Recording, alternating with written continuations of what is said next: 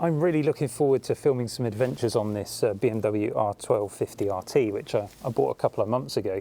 But one of the problems with it is there's nowhere to mount my camera. I tend to use these clamps, but of course it doesn't have a normal handlebar. I don't really want to use a suction mount. I don't want to clutter up the front here. So what do? I found an interesting solution, and it's this.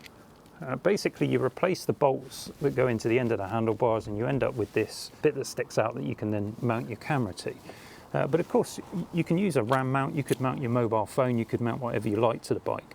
It seems like a good idea. I don't think it changes the aesthetic of the bike that much. So I'm going to install it and we'll see what it looks like.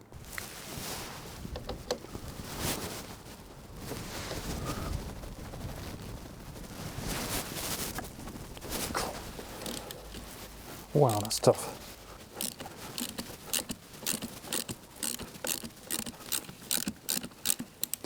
Having never taken one of these off before, I've got no idea what's going to happen now.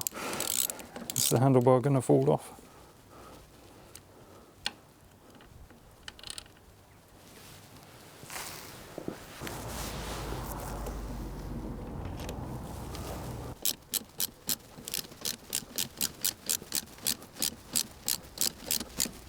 Alright, so we'll get the torque wrench out and we'll make sure that's done upright. I believe it should be 19 Newton meters, but for now that's just tight enough. We'll put the bracket on and see what it looks like.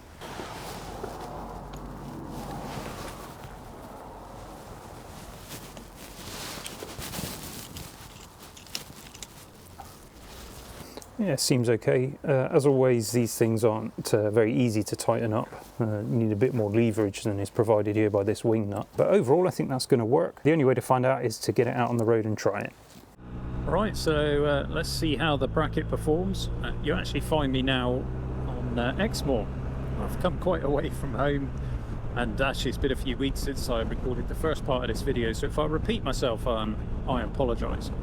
As you can see, I've got my camera mounted onto the usual clamp, which is attached to the adapter that we just installed. And mostly it's okay. What you will notice, of course, is that it is covering the speedo, part of the speedo, and there's not much I could do about that. That is the way it is. The other slight issue with it is that the surface of the piece of metal here, this metal cylinder, is a bit smooth. And that means that this clamp kind of moves around a little bit. I don't mean side to side. What I mean is that it's very difficult to torque it up really tight. You've got this little kind of wing nut here that's plastic. You can really heave on it, but of course you've got this leverage with the camera, and it doesn't take much then to move the camera. So I started out with it on this ride with the camera a bit more vertical, and it just kind of fell this way, actually fell forwards, so that didn't work. Now I've moved the jaws of the clamp around a little bit, so they're actually resting on the metal attachment that goes into the clutch reservoir. So that means it's not going to fall any further backwards. So I think actually that's probably a pretty stable solution. And then I've used the ball jointed adapter there to get the camera over as far as I can at the right angle. Overall, I'm pretty happy with it.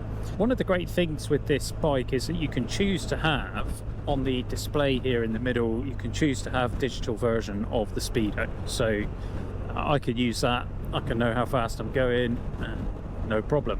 Is the footage good? Is it stable? I've noticed the camera does shake around a little bit because of this engine we've got here, this massive twin engine. It does have some vibrations if you're putting the power on at lower revs, and the camera does shake around a bit. Hopefully the stabilization is good enough to counteract that. I'm sure you'll let me know. Right, where are we going here? Let's go over this roundabout here. I think I'm going to head towards Barnstaple and then take a road back towards Exeter. That's a pretty good run. Some nice scenery to look at, and generally speaking, these roads tend to be fairly quiet. I'm shooting a couple of other videos today as well, so yeah, let me know how the quality is. The Insta360 does give a nice picture quality with the 4K boost lens on it, but I don't know if you can see this. It's got condensation behind the glass protective screen and in front of the lens, and whenever the sun is out, and pointing at the lens, this condensation appears. I've noticed this a few times and I don't really understand, first of all, how moisture's got inside and why it keeps doing that. I mean, is it supposed to be waterproof? I don't think that one is, actually. What I've decided to do is get another GoPro Hero 10 Black. So I've ordered one of those, the same that's on my helmet here. So that makes life much easier, particularly when combined with the remote control. And I've got that for a trip that I'm taking in France and Spain. It'll just be a one press to start recording, which makes life a lot easier.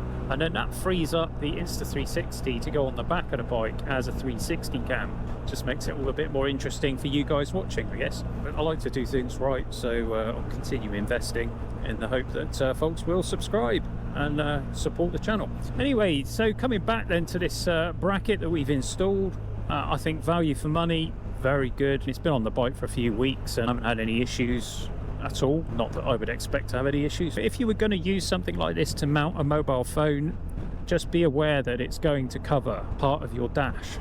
You're either going to cover your speedo or you're going to cover your tacho. And if you're using a sat nav like this as well, you need to access the sat nav.